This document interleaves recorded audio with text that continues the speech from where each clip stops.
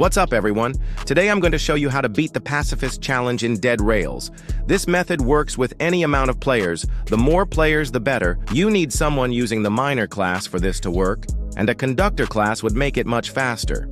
We wasted a ton of time during this run and still only took 45 minutes. However, there's many problems you'll deal with and many things you'll have to avoid while using this strategy. Let's hop in. Starting the run, you should sell the gold bar and have all players spend their money on coal. Buy a bandage with the leftover 10 if you want to. If you're playing duo, conductor, and miner, combine spawn with 4 coal. Everyone buying should give you 4 more.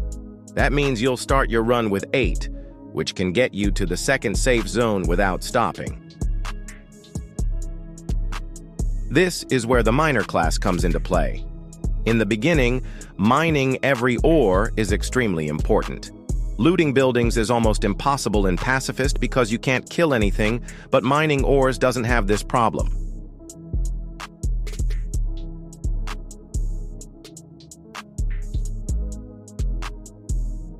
I forgot to mention that you can run over anything without losing the Pacifist challenge. You can use this to your advantage by running over bandits and welding them to the train to collect their bounty at the sheriff's office later.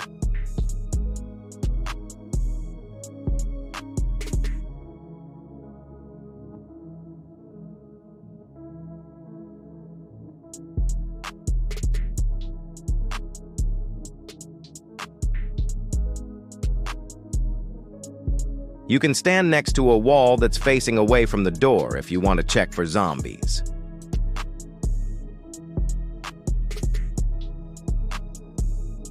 Also, even if the sky turns dark, you don't have to worry about anything. Monsters don't spawn until you hear the sound that marks the start of night.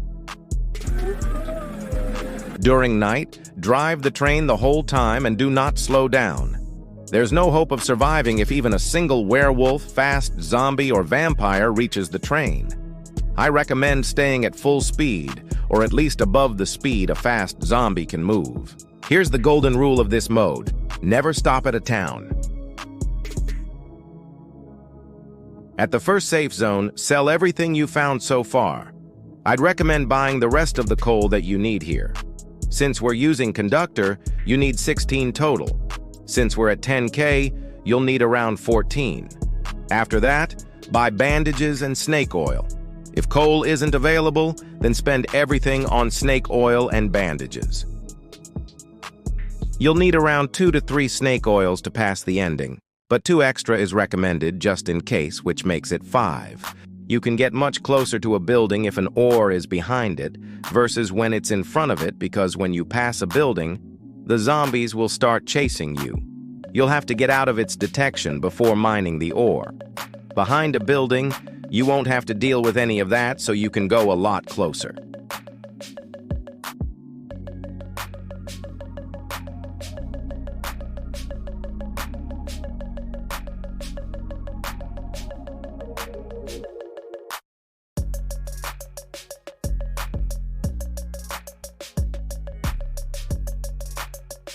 The reason we have less coal here is because we forgot to weld it. We'll have to mine coal ores for a little bit, but if you have more than 13 coal at this point, then you won't have to stop at coal ores. We're ignoring Town of Sterling here because it's almost impossible to do in Pacifist and going straight to the safe zone to sell our stuff.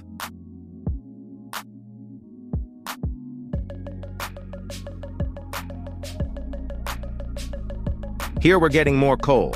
Skip this safe zone if you have more than 12 coal at this point. If you have a lot of money, you could buy bandages or snake oil here for healing. This can be done in future safe zones too.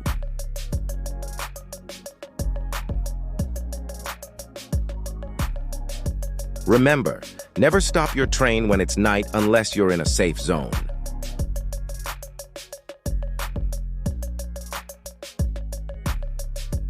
This is where running over the wolves really helped. If we timed it wrong, we wouldn't have been able to mine that ore. We also used the wolf corpses to give us more leeway before running out of fuel.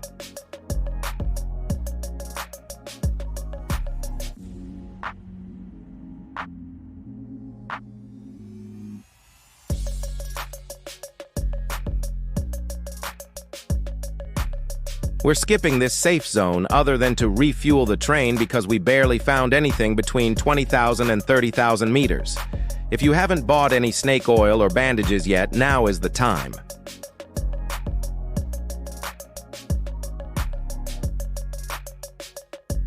Until you have or can afford at least 5 snake oil, keep mining silver and gold ores.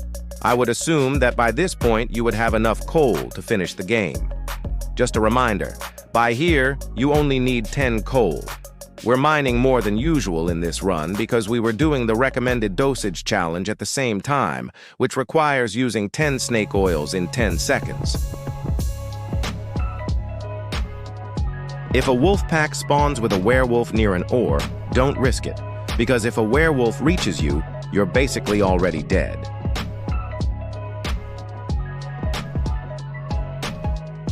Here we are buying more snake oils and waiting part of the night to sell more werewolves. You don't have to do this if you already have 5 snake oil and a few bandages.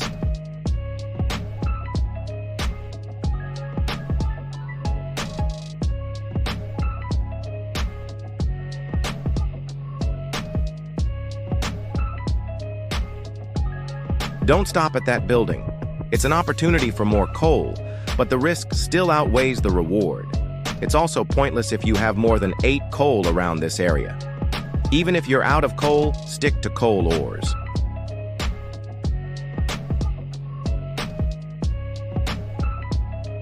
Here we took a risk. I wanted the werewolf to chase me to the safe zone and get shot down while my friend took the ore right there. However, the newspaper was blocking my view, so I couldn't tell if the werewolf was still chasing me. This caused my friend to die, but luckily I revived them about a minute later. If it wasn't for this, our run likely would have been much shorter.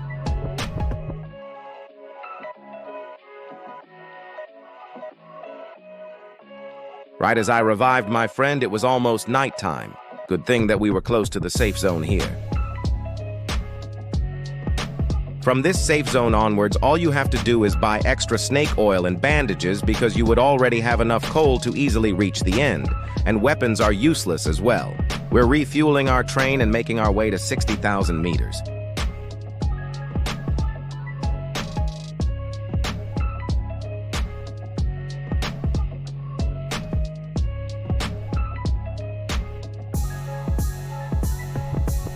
We're skipping the safe zone at 60,000 meters and going straight to 70,000 because there's nothing left that we need to buy until there.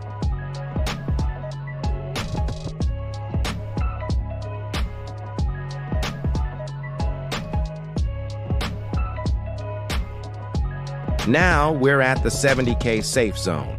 We're waiting for the werewolf night to end so that we can sell everything. Then I will buy more snake oil for my friend to complete the challenge. I've had enough snake oil to beat the challenge since a while ago. If one person has 5 snake oil and 2 bandages, you can skip every safe zone besides the one right here. You'll see why we can't skip this one in a second.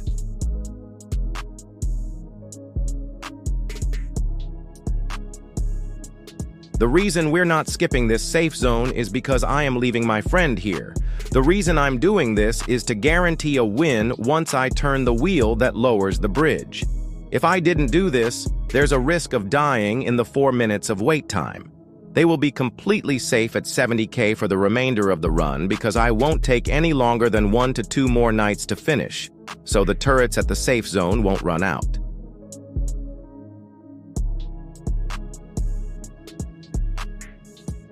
Finally, we've reached the end. All you have to do here is use 1 snake oil, drive into the fort, use another one, leave the train, run to the bridge, and then turn the wheel to lower the bridge, while using snake oil whenever you're shot. Lastly, climb onto the bridge and look to your left, so that anything that spawns at night will fall into the water. Now it's time to watch and see how the run plays out.